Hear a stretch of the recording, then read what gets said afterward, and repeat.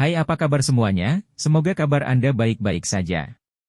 Terima kasih karena sudah memberikan support dan juga kesetiaan Anda untuk membangun channel Codot Film. Yuk kita lanjutkan alur ceritanya, sambil siapin kopi dan cemilan, setting suara volume full. Gasken, Cheng Jinwoo menghela nafas.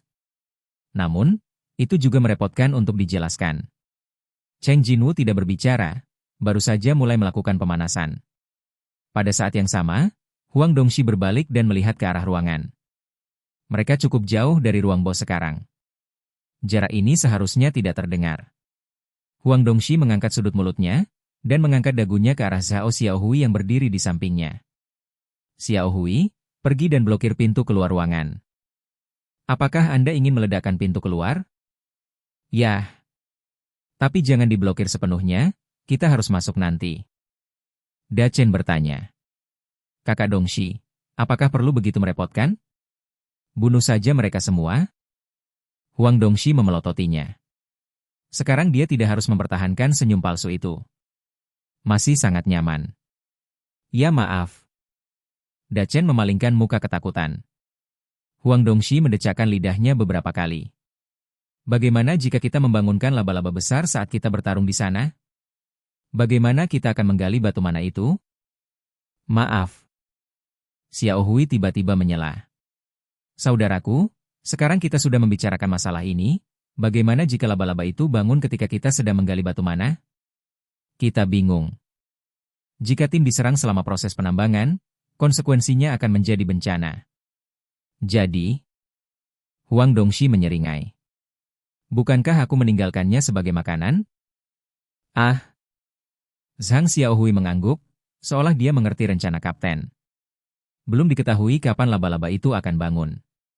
Mungkin 10 jam kemudian, mungkin 1 jam kemudian, atau mungkin bangun di detik berikutnya. Hal pertama yang Anda lakukan saat bangun tidur tentu saja mencari makanan. Pasti akan ada pergerakan besar saat pintu masuk diledakkan, dan bahkan Warcraft yang paling lambat pun harus dibangunkan. Huang Dongxi melanjutkan. Setelah laba-laba makan dan minum cukup untuk tidur lagi, kita akan menambang batu mana. Asosiasi hanya memiliki waktu 5 hari untuk menyetujuinya. Konon, mereka masih punya 4,5 hari lagi. Tunggu, dan jika laba-laba tidak tidur, mereka membunuhnya dengan cepat, dan menggali batu mana sebanyak mungkin sebelum portal ditutup. Mungkin tidak mungkin untuk memburu semuanya dalam 1 jam, tetapi tidak akan banyak kerugian jika bagian dari kedua orang itu dihilangkan. Ini sepertinya lebih baik daripada menggali batu mana dengan gemetar di samping laba-laba. Bagaimanapun, keselamatan adalah yang utama. Tentu saja, itu kasus terburuk. Jika mereka beruntung, mereka tidak hanya dapat mengambil semua batu mana, tetapi hasilnya dapat dibagi menjadi 8 bagian, dan bahkan tetesan laba-laba akan menjadi milik mereka.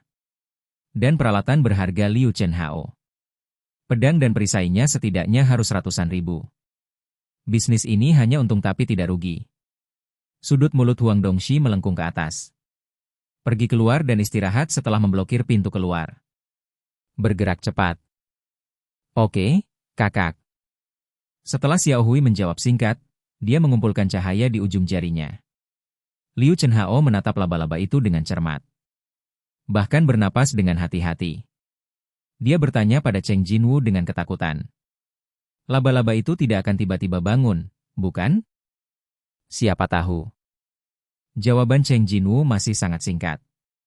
Meskipun dia tahu apa yang akan terjadi selanjutnya, jika dia benar-benar mengatakannya, Liu Chenhao mungkin akan pingsan karena shock. Lewat sini. Ini adalah kalimat pertama yang dikatakan Liu Chenhao dalam 5 menit terakhir. Dia jelas banyak bicara sebelumnya, jadi dia seharusnya sangat ketakutan. Pada saat ini. Gemuruh. Dengan suara keras, pintu masuk diblokir oleh puing-puing. Hah? Ah. Ah. Liu Chenhao bergegas ke pintu keluar. Tapi pintu keluarnya benar-benar terhalang oleh puing-puing. Dia mendorong dengan keras, tetapi batu yang jatuh itu tetap tidak bergerak. Cheng Jinwoo juga datang. HM. Kakak, datang dan bantu aku. Liu Chenhao masih mendorong batu itu dengan sekuat tenaga. Namanya sepertinya Zhao Xiaohui, kan? Sebelum ledakan, Cheng Jinwoo melihat kilatan cahaya. Seorang penyihir cerang yang bisa mengendalikan cahaya. Itu harus menjadi mahakarya orang itu. Seong Jinwoo meletakkan tangannya di atas kerikil. Saya bisa pergi kapanpun saya mau. Dia mungkin bisa merasakan berat batu-batu ini. Tidak seberat yang diharapkan. Dia mendorong dengan ringan, dan kerikil bergetar sedikit. Namun, dia tidak akan pergi begitu saja. Apa? Liu Chenhao, yang mendorong batu itu, tiba-tiba sepertinya mengerti sesuatu, dan berteriak keras. Wajahnya memerah karena marah, Liu Chenhao menatap Cheng Xiaoyu. Bajingan ini ingin membunuh kita. Untuk beberapa batu mana, mereka memblokir jalan keluar dan membiarkan laba-laba memakan kita. Anda akhirnya mengerti. Cheng Jinwoo menghela nafas tak berdaya di dalam hatinya, tetapi dia masih bergema. Ya, itu merepotkan. Ho? Tiba-tiba, wajah memerah Liu Chenhao menjadi pucat seketika. Harus dikatakan bahwa itu menjadi tidak berdarah. Tahu apa yang terjadi tanpa bertanya. Mata lebar Liu Chenhao memantulkan tubuh laba-laba yang besar. Cheng Jinwoo berbalik. Gulu, dululu. Laba-laba itu terbangun oleh ledakan besar, dan kemudian perlahan mengangkat tubuhnya yang besar. Tubuh besar seperti rumah. Banyak mata. Mulut yang menakutkan. 8 kaki panjang. Saat pria itu bergerak, itu jauh lebih menakutkan daripada saat dia tertidur. Liu Chenhao berseru dengan suara rendah. Dia kaku seperti patung. Sebaliknya, Seong Jinwoo dengan tenang memanggil taring kasaka dari ranselnya sambil menatap laba-laba itu dengan cermat.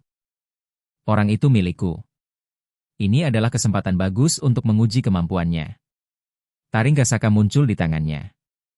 Desir-desir-desir. Seolah-olah itu ada di sana. Cheng Jinwoo dengan erat mencengkeram belati di tangannya. Alasan mengapa disebut Hunter adalah karena waktu berburu telah dimulai. Tunggu sebentar, saudara. Tepat ketika Cheng Jinwoo hendak berjalan menuju laba-laba, Liu Chenhao tiba-tiba meraih lengan baju Cheng Jinwoo. Kamu, apa yang akan kamu lakukan?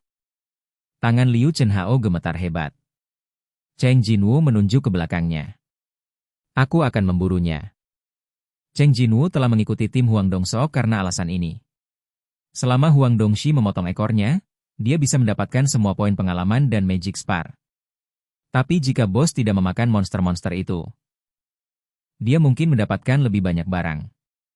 Oke guys, jangan lupa like, comment, share, and subscribe di channel Codot Film. See you next video, peace out and bye-bye.